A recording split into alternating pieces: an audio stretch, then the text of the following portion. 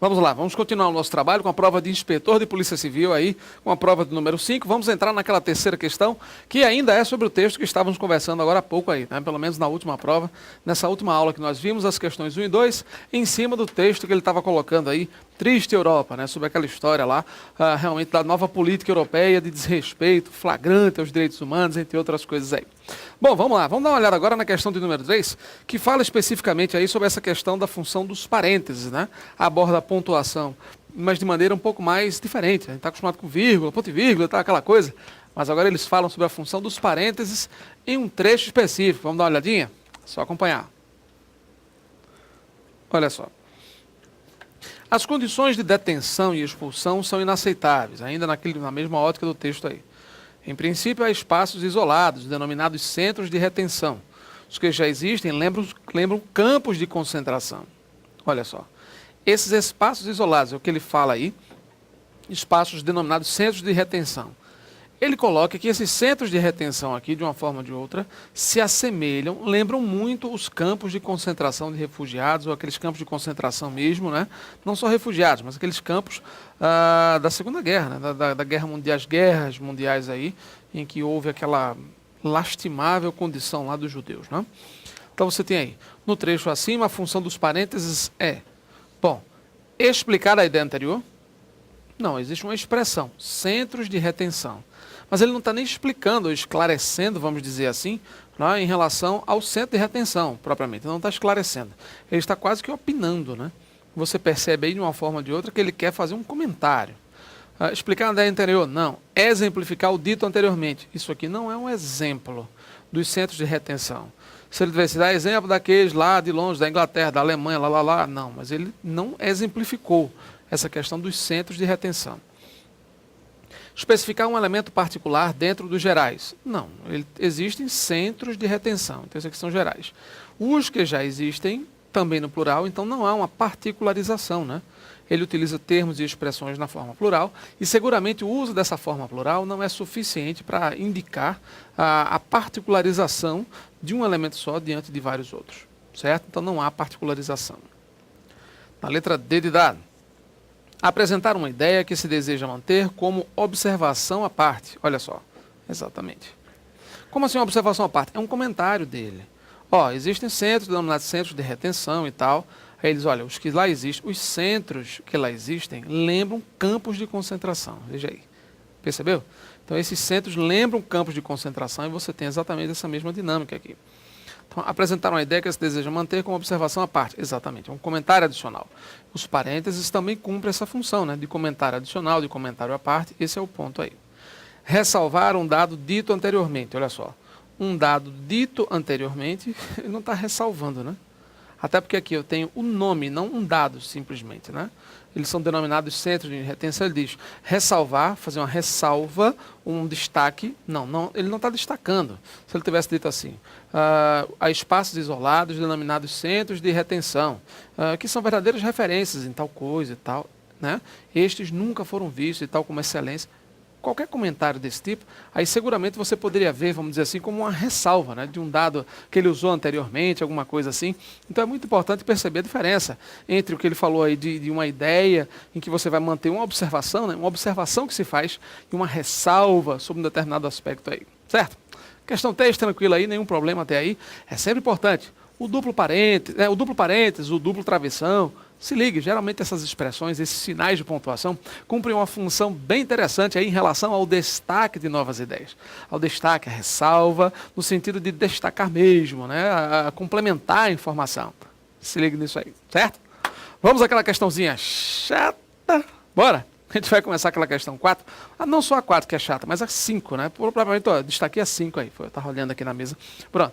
A questão 4 e a questão 5. A 4 nem tanto. Que você vai falar sobre a questão do uso de prefixos. É claro que esta prova aí é uma prova de 2008. Essa prova aqui é 2008. Mas a gente vai comentar um pouco sobre essa mudança, né? Já falamos isso em algumas aulas anteriores, já demos algumas dicas para vocês aí, desse novo uso, sobre a nova ortografia, no emprego de de hífen, né? Sobretudo diante de prefixos, e as palavras aí sugerem a mesma coisa. Vamos dar uma recapitulada aí? Vamos ver se você entendeu a dica que nós demos aí nas aulas anteriores? Vamos lá? Dê uma olhada aí. Vamos ver. na questão 4. Em interregionais, utilizou-se corretamente a regra do hífen diante das palavras que se iniciam com a letra R. Assinale a alternativa em que isso não tenha ocorrido, ou seja, em que o uso correto da regra do hífen não tenha ocorrido. Ok? Marcelo, mas não é do uso do R? Ele colocou o R aqui, de uma forma ou de outra. Então, o hífen diante de palavras que se iniciam com a letra R. Vamos relembrar aquela velha regrinha nossa aí, que estava aquelas dicas que nós demos? Pessoal, como é que funciona aí, como é que funcionam as 3 principais regras em relação ao uso do hífen? A primeira delas você já sabe. Diante de prefixo. Hífens diante de prefixos, ou até mesmo pseudo-prefixos, falsos prefixos, né? Algo mega, super, inter, infra, anti, e por aí vai, macro, né? São algumas palavras aí bem comuns, alguns prefixos e pseudo-prefixos bastante comuns, multi, e lá vai, certo? Pseudo, né? Então, a regra simples, 3 orientações bem importantes para você não se esquecer, para você sempre se lembrar dessa história. Primeira delas, né? Diante de palavras, né? Quando o prefixo se encontra diante de palavras que começam com a letra H, lembra? Diante de H, a orientação é sempre ocorrerá hífen, quando a palavra seguinte começar por H. Agora, é claro que diante de uma FGV da vida, que é a única banca que eu vi até hoje, que tem essas histórias aí questionáveis do uso do hífen, você tem que ter muita atenção para esse assunto, emprego do hífen, quando o assunto é Fundação Getúlio Vargas, né? Quando essa questão do acordo ortográfico, essas mudanças, muita atenção em relação ao emprego do hífen, em relação a uma série de coisas. É bom ficar realmente bastante atento em relação a isso. É claro que nesse contexto, claro, as expressões que foram formadas por des e ré, pelos prefixos des e ré, já comentamos, des, in e ré, né? Elas seguem sempre a mesma tendência. A palavra, o prefixo extra também, soto, sota, vise, viso, né? E essas expressões sempre existem em hífen de uma forma tranquila, normal. Né? A gente coloca alguns exemplos de expressões aí, né? Solta presidente, solta piloto, visa o rei, todas essas coisas, mas é sempre importante observar a grafia dessas palavras. No caso do H, algumas palavras conservam a grafia original e muitas vezes até nem as admitem o hífen, que é esses casos do desirê e tal que a gente falou aí. Tá? Então, desonra, o H vai embora. E algumas outras palavras que pelo acordo ortográfico de 45, olha só, acordo ortográfico de 45, que ainda vigorava em Portugal, eles mantinham mais ou menos essa mesma orientação. Nós vamos falar sobre isso aqui daqui a pouquinho para esclarecê-los, tá? Aí vem aquelas outras 2 regras que são as mais importantes, que realmente não é essa regra do H, não.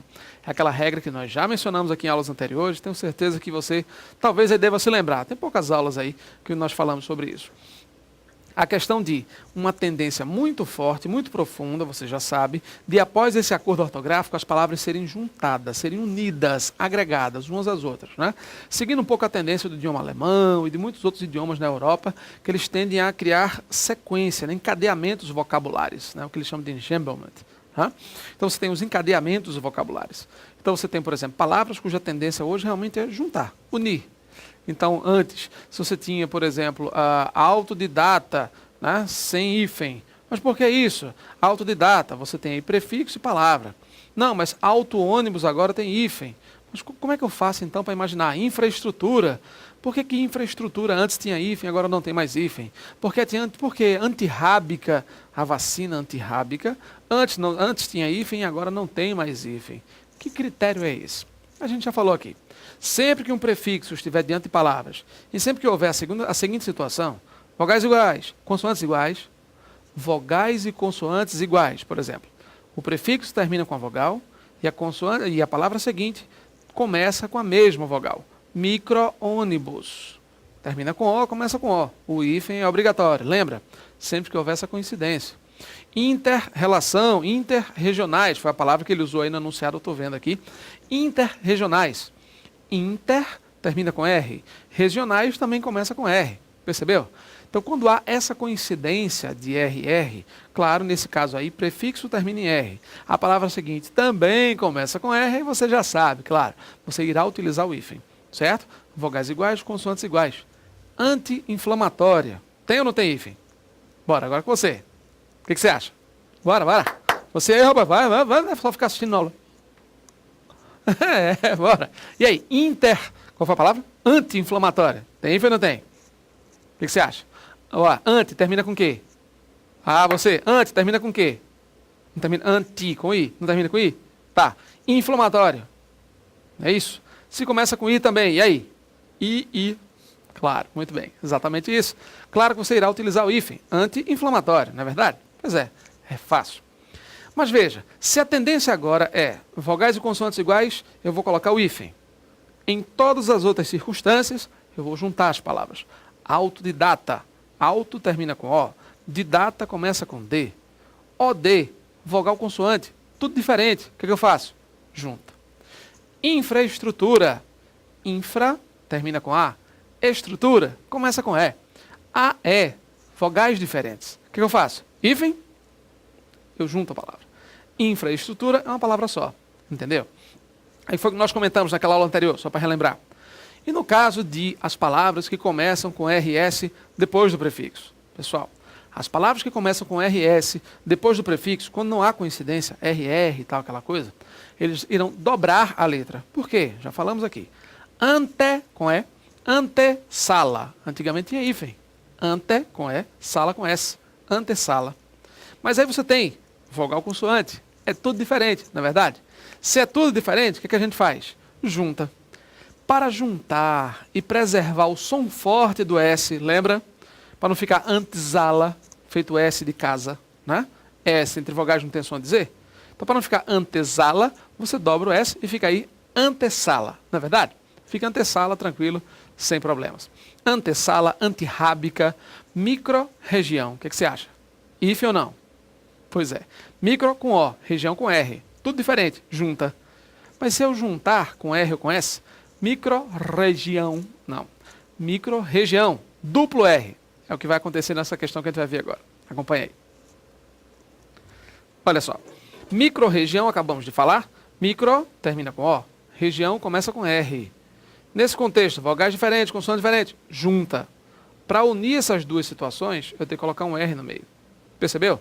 Micro-região. Assinar a alternativa em que isso não tenha ocorrido, em que o emprego correto não tenha ocorrido. Tá, ele já coloca a letra A como resposta.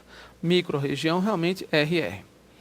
Um caso particularíssimo aí, que é o emprego do hífen com o prefixo sub. Gente, com o prefixo sub, né, além de H depois, sub-humano, sempre depois de H, né, e hífen com a palavra seguinte, começando por H, você tem uma particularidade. O prefixo sub sempre receberá o hífen quando a palavra seguinte começar com B de bola, porque é BB, né? B e B, vogais e consoantes iguais. Ou então com R. BR, Brasil, Petrobras, patrocínio. Tá aí, ó, BR. Então, sub, sempre diante de H, BR. H, BR. H, sub-humano, por exemplo. BOR, Brasil. B, porque é a mesma consoante, né? Repetindo consoantes aqui. Ou então R, porque é da regra mesmo. Tá? Então, caso particular de sub-região, está correto. Super regional. Está corretíssimo, né? Você observa aí a mesma consoante, ó, consoantes iguais. Consoante na primeira, consoante para a segunda. Não é isso? A mesma consoante. Hífen, corretíssimo. Intrarregional.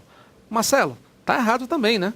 Está, gente. Mas essa prova é de 2008, tá certo? Ela foi aplicada antes da vigência do novo acordo ortográfico da língua portuguesa. Então, hoje você sabe, intrarregional é uma palavra grafada com RR. Então fica intra-RR, percebeu? Regional. Agora sem hífen, pelo novo acordo ortográfico, ok? Então não era a resposta, porque micro-região estava errada antes e agora continua errada. Micro-região, né? RR aqui, ok?